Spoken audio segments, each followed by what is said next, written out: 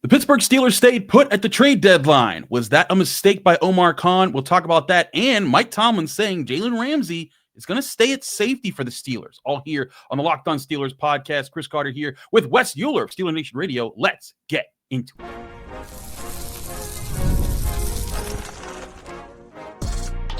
You are Locked On Steelers, your daily Pittsburgh Steelers podcast, part of the Locked On Podcast Network, your team every day.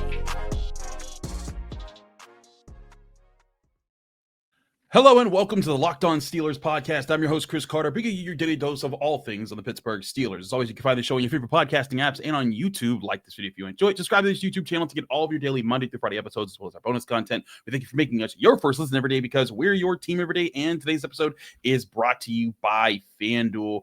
Right now, if you sign up on FanDuel, new customers can bet just $5. And if your bet hits, you'll get $300 in bonus bets to use across the FanDuel app. Check out FanDuel.com. We'll have more on them later. As before, we're joined by the man himself, Wesley Uhler. You can hear him at Steelers Nation Radio, where he does all the hosting duties here. Wes, I imagine you guys were as enamored by the possibilities of the trade deadline, but maybe not as let down as Steelers fans were, who thought that the Steelers were going to be getting Jalen Waddle and every other superstar known to man. But here we did a top 8 list of who I thought they could get. But something that Alan Saunders and I talked about yesterday was there's a very real possibility that no big moves are made at this trade deadline, and particularly because of one factor that I think the lack of moves at the trade deadline continues to show. This Steelers team, the front office, is not quote unquote all in on this season, because if they were, they would have already traded second and first round picks for this upcoming draft. And the fact that they weren't willing to come up even like fourth round picks for guys in this upcoming move, because they were in on talks, but they were not going to press and force anything. I think it further shows they look at this team as, hey, they're competitive. We like that, but we're building a window for the future.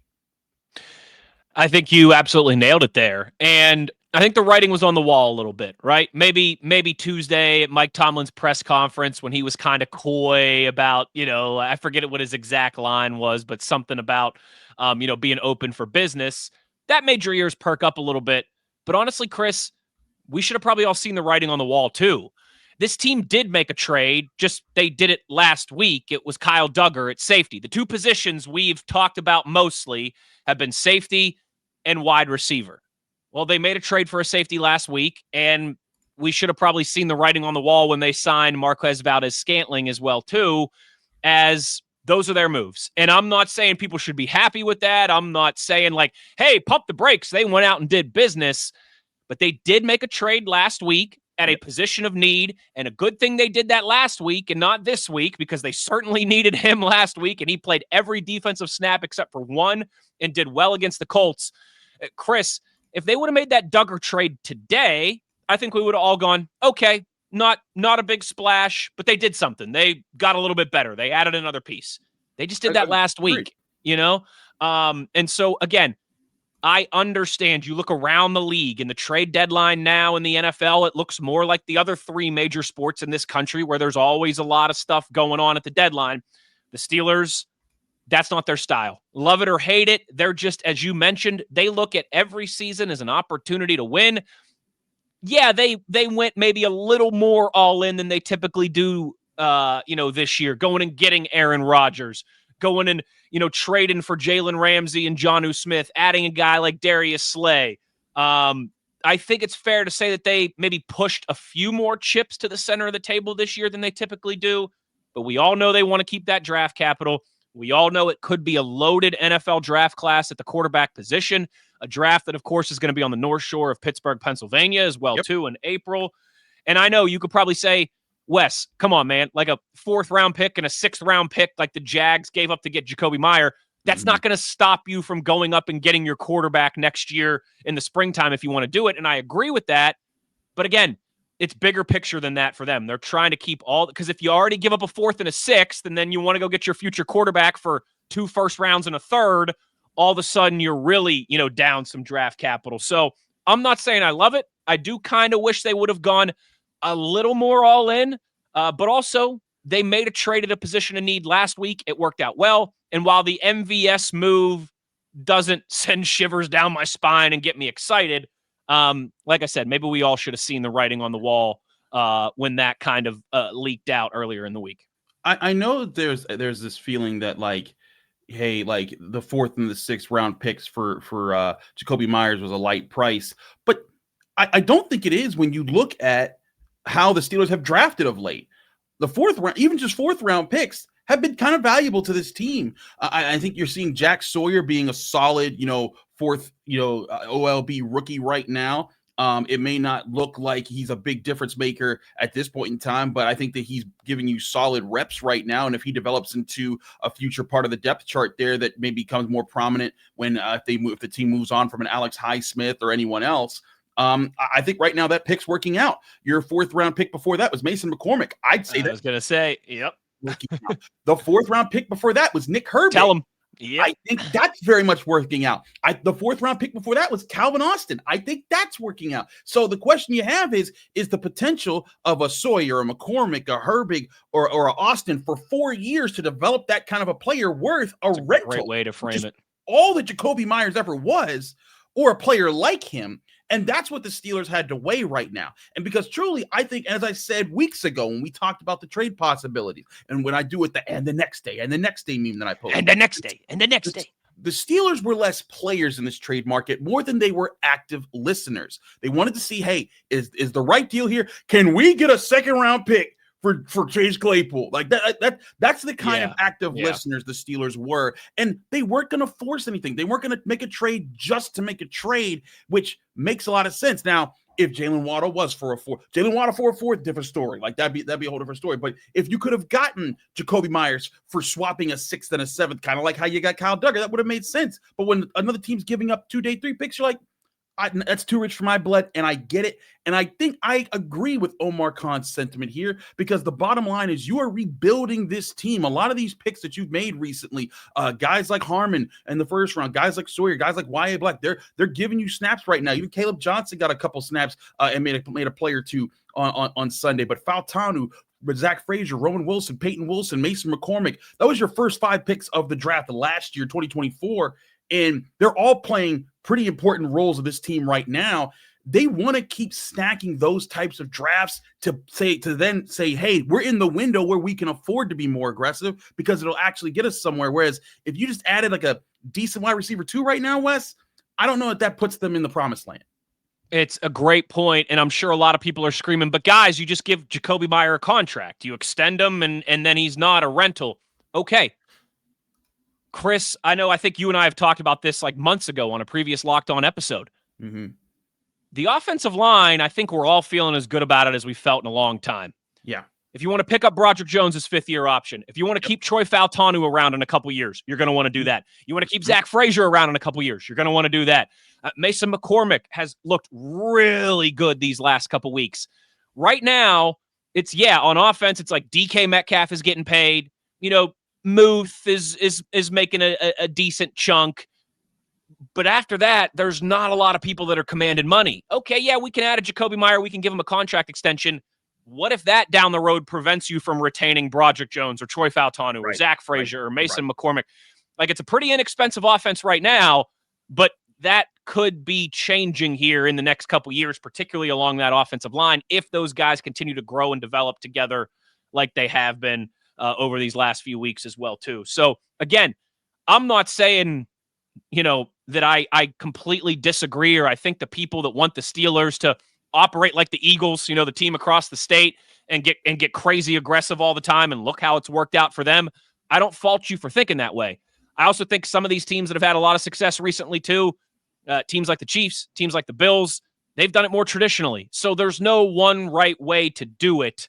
But again, we get excited about this every year, it feels like, Chris, only for the same thing to happen. But I think particularly this year, when, again, they made a trade last week, they added a wide receiver to the practice squad. Like, I'm sure you did a perfect job of laying it out. If they could add Jalen Waddle for a 4th-round pick, maybe it's a different conversation. If they could add Chris Olave for a 4th-round pick, it's a different conversation. But apparently all those teams were asking for first-rounders and more for those type of wide receivers. They're just not going to do that at this stage in the game. And by the way, most of the time, these big time splash in season trades end up working better for the team that trades the player. I mean, remember last year, everyone was losing their mind when Amari Cooper went to the Buffalo Bills. Didn't necessarily work out. Yep. Everyone's losing their mind about Sauce Gardner right now. It could certainly work out, or he might not be able to jump on that moving train this year, and he ends up struggling and not able to pick up what they're asking him to do and get adjusted and all those different things. This is not, Chris, the NBA or the NHL or Major League Baseball where you get traded and then you go still play dozens of games with your team and you have a lot of time to get ready for the postseason. This is like you're going to get traded and you got 8 games left to figure it out. I pump the brakes a little bit on the outrage. Again, I'm not calling people idiots. I'm not saying it wasn't fair to want a little bit more, but I also don't think it's the end of the world when the Steelers kind of stick to their standard operations. Also, and I've been one to hype people up about this upcoming quarterback class, which I still think has talent in it, and the Steelers should take a look. But also, part of what I think the Steelers might also be excited about to not really try to add too much at wide receiver right now is this is a really good wide receiver class. Totally. At the top of the class, you got names like Chris Brazzell out of Tennessee, Carnell Tate out of Ohio State, Denzel Boston out of Washington, even other guys that you can get maybe later, like Nick Harbor out of South Carolina, Antonio Williams out of Clemson.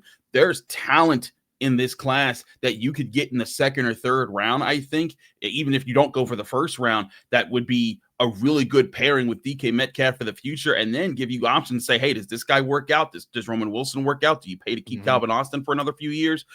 I think that's what the Steelers are looking at, and they'd rather have those options than just a rental with a veteran that someone else is bringing in and develop your own guy that you can control on your own dime for some years. But I want to talk about another big move the Steelers are making, and that's something that Mike Tomlin said about Jalen Ramsey sticking at safety. What do we think of that? We'll talk about that next here on the Locked On Steelers podcast. Chris Carter, Wes Uhler, stick with us. We'll be right back. But first, remind you this show is brought to you by FanDuel. The NBA is back, and there's no better place to get in on all the action from FanDuel than the official sports betting partner of the NBA at FanDuel. Even if you miss the start of games or just want to ride the hot hand, FanDuel has live bets on everything who will score next to fourth quarter comebacks. Plus, you can even combine your live bets in the same game parlay for a shot at a bigger payout. It keeps everything exciting, and especially with your teams trying to make that late push. Right now, FanDuel is giving new customers $300 in bonus bets when you hit on your first bet of $5 or more. So head to FanDuel.com to sign up and play your game with FanDuel, the official sports betting partner of the NBA.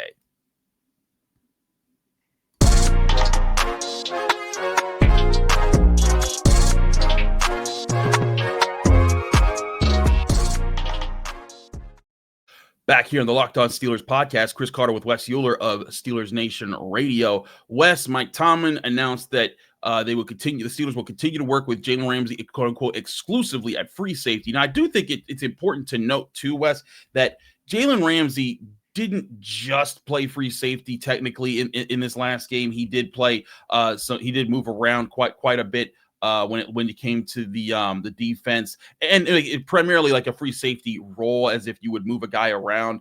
But like this past week, he lined up in the box 15 times, still lined up in the slot 6 times, still lined up at wide corner once. Like he moved around a decent bit, but the bulk of his plays were at free safety.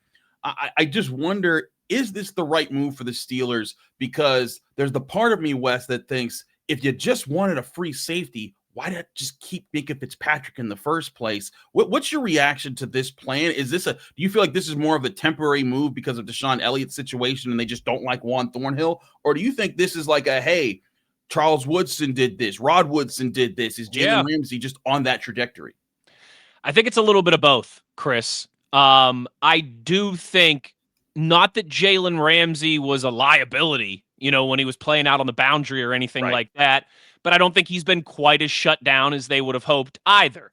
I also think just a lot of times, this, it's like one of the oldest cliches in the book, necessity is the mother of invention. And they had to do something different. Listen, when you go to Cincinnati on a short week with an older defense and you get torched by Jamar Chase and T. Higgins, a Michael Jordan and Scottie Pippen, you can go, okay, that's a one-off on the road on a short week against a future Hall of Famer and a Hall of really gooder in T. Higgins, right? I mean, but then the next week, when you have some similar struggles against Green Bay, I think you have to look yourself in the mirror and say, we've got to do something different. You can't do the definition of insanity thing. Yeah. That becomes even more difficult to do when you lose by far your best and most reliable true safety in Deshaun Elliott. I do think they've soured a little bit on Warren Thornhill as well, too, which plays into this.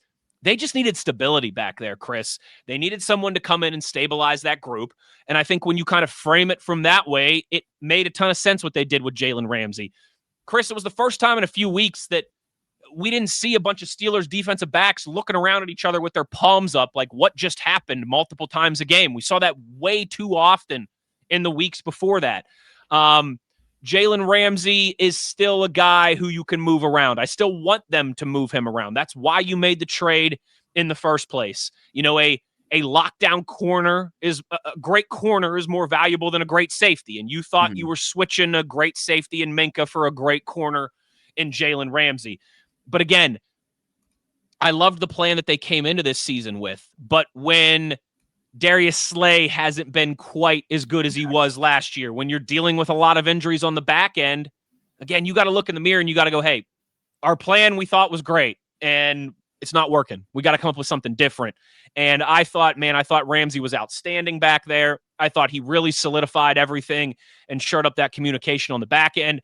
And then, as you mentioned as well, too, Chris, you can still line them up out on the boundary from time to time. You could still move them into the slot and the kind of the nickel roll from time to time. I thought he did a great job of limiting Tyler Warren, who is having Mike Ditka and Brock Bowers are the only other tight ends that have put up numbers like this guy as rookies. I think that this is in a lot of ways the only solution for the Steelers right now until they at least get a little bit healthier in the secondary. I agree with you there. I think that there makes a lot of sense with what the Steelers are looking at right now in their secondary. I mean, like you said, sometimes you do need a change, and this was a change that they thought made sense. And I also think that he brought some swagger back to that defense. Aaron Rodgers talked about the speech that Jalen Ramsey gave on Saturday night, but you saw when he hit. Michael Pittman over the middle, like the energy that it brought to the defense and just the villain attitude that I think that he was able to kind of give from the safety position where he hadn't been doing as much from the corner position. That gives you something, and that juices up everyone else to make their moves. I also think that when you look at how often the Steelers were in 2 high versus 1 high looks, when you have a guy like that maybe teams are trying to avoid on the back end, now your corners can afford to be a little bit more aggressive underneath because if they mess up, they know, hey, Jalen's got our back and Kyle Duggar's got our back. And that's where I think this defense could be headed towards right now.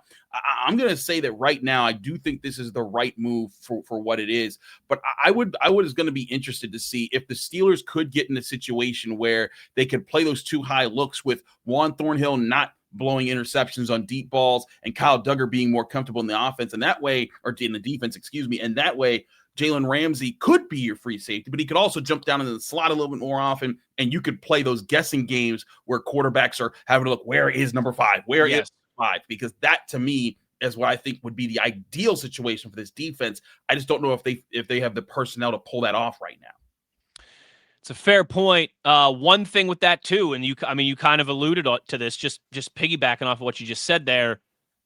Don't think just because how they use Jalen Ramsey at safety on Sunday against the Colts is going to be how they're going to use him on Sunday against the Chargers. That's the nice thing about, like, that role for him will evolve. The way they use him, the way they deploy him, the way they disguise him, the way they ask him to do other things. Like, that was a starting point. It was like, hey, Jalen, we're asking you to move back. We got this guy, Kyle Duggar, who you're going to get 2 practices in with before you got to go out there.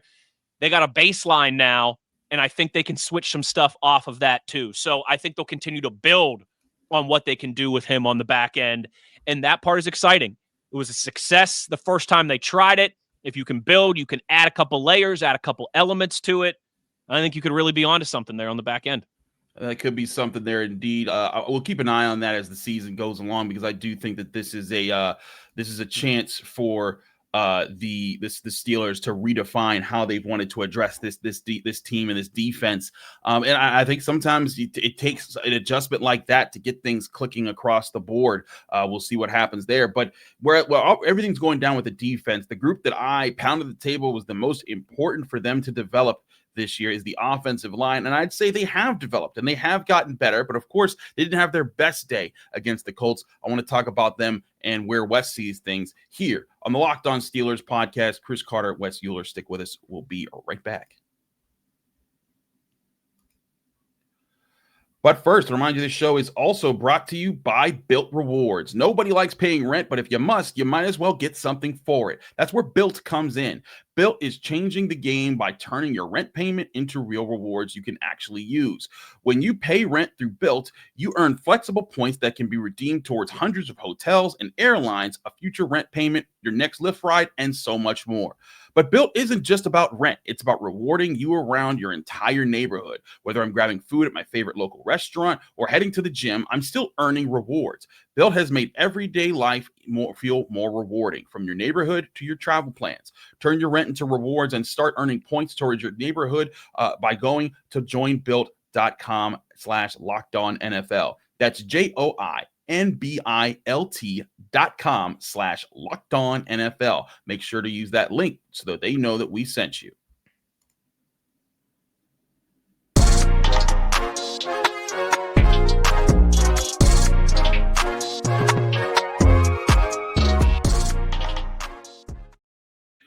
We're back here on the Locked On Steelers podcast. Chris Carter, Wes Uhler. Wes, let's talk about this week's offensive line performance and really the offensive line as a whole.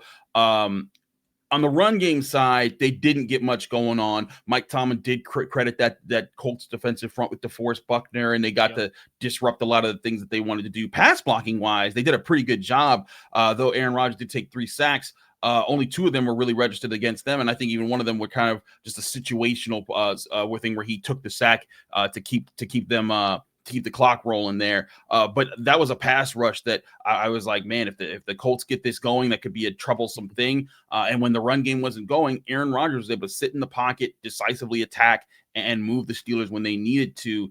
And I think you're seeing progress from guys like Zach Frazier, your guy out of West Virginia, progress from guys like Mason McCormick, who's been a bad man at the right tackle, a lot of progress from Troy Fautanu, who I think is now the team's best offensive lineman, and even progress from Broderick Jones, who was getting some odd looks early in the season, was getting beaten. People were like, I don't know if he belongs over there, but I think he does belong over there now. He certainly has a lot of room to still grow, but he's shown that he has the baseline of what you need for a left tackle. And this group as a whole, I think, is so much better than what this team has had, despite the low rushing numbers this team has.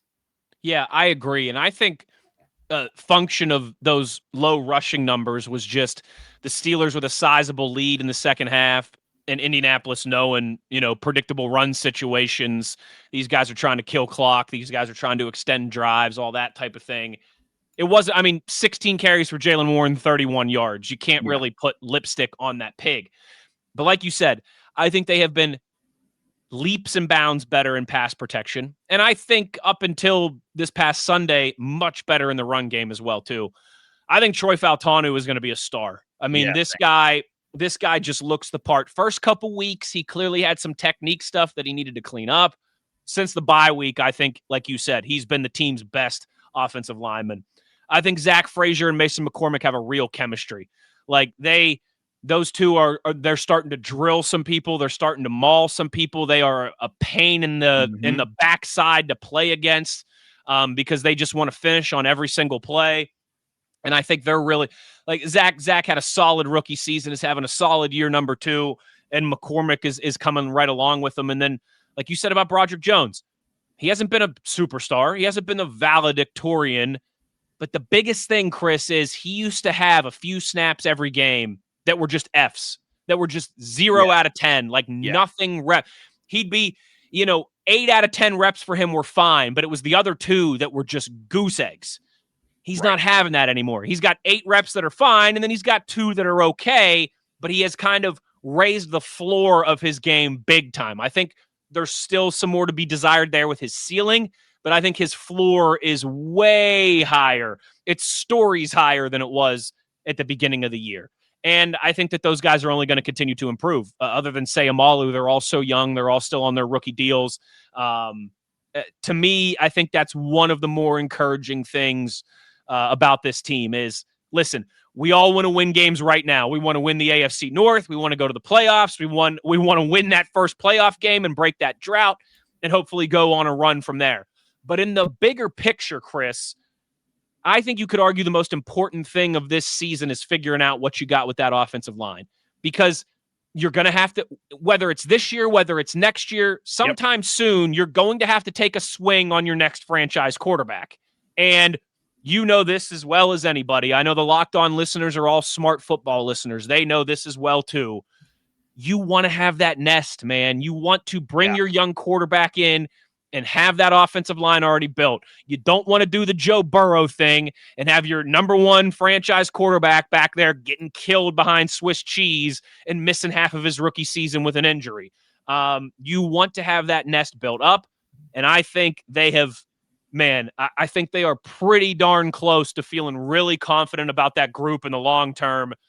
And again, if you go out and get your quarterback this year, you go out and get your quarterback next year, whatever the case may be, you got Jalen Warren, you've got that offensive line. I mean, that is massive. To me, aside from the obvious, the wins, the losses, trying to end that playoff drought, all these different things, the progression of this offensive line might be one of the most, from a 30,000-foot view, important elements of this season. Agreed. And so far, so good. They're better in October than they were in September. Hopefully, they'll be better in November than they were in October. I agree right with you. I think that this is an offensive line that's moving forward. And again, this is what I said was the biggest thing that the Steelers needed to hit on this year. Beyond everything else, they needed this offensive line to develop, because if this offensive line did not develop, if it did not get better, that was the thing that I thought could break this team, could say, you know what? They're just toast. They got to throw everything away right now, and that would be a disaster for the future. And Chris, just real quick, like, you know this too. You want to find a guard in the 4th round, fine. You want to find a wide receiver in the 3rd or 5th round, fine. Quarterbacks and tackles are luxury items. You're shopping for those in the 1st round. I don't want an offensive tackle on day 2 or day 3. I don't want a quarterback on day 2 or day 3. You didn't need to go into the NFL draft in April of 2026 thinking, crap, should we draft Aaron Rodgers' successor, or do we need to take another tackle because it's not working for one of these guys?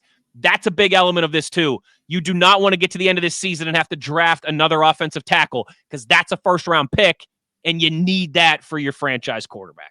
Agreed entirely. I think that that's a huge part of what this team needs, is this offensive line to gel. I think they are gelling. They need to continue to do so. And shout out Pat Meyer. A lot of people wanted this guy gone, but they're collectively improving. Now, they got improved from this last game. They hit a bump in the road with the run game. But, when I go back and I look at how they've performed this season, typically when they've had that rough running game, they've bounced back from it, whether it was the Jets game where they didn't get to run the ball. They started to get it going after that. And before this game, they had 4 straight games with 90 rushing yards or more.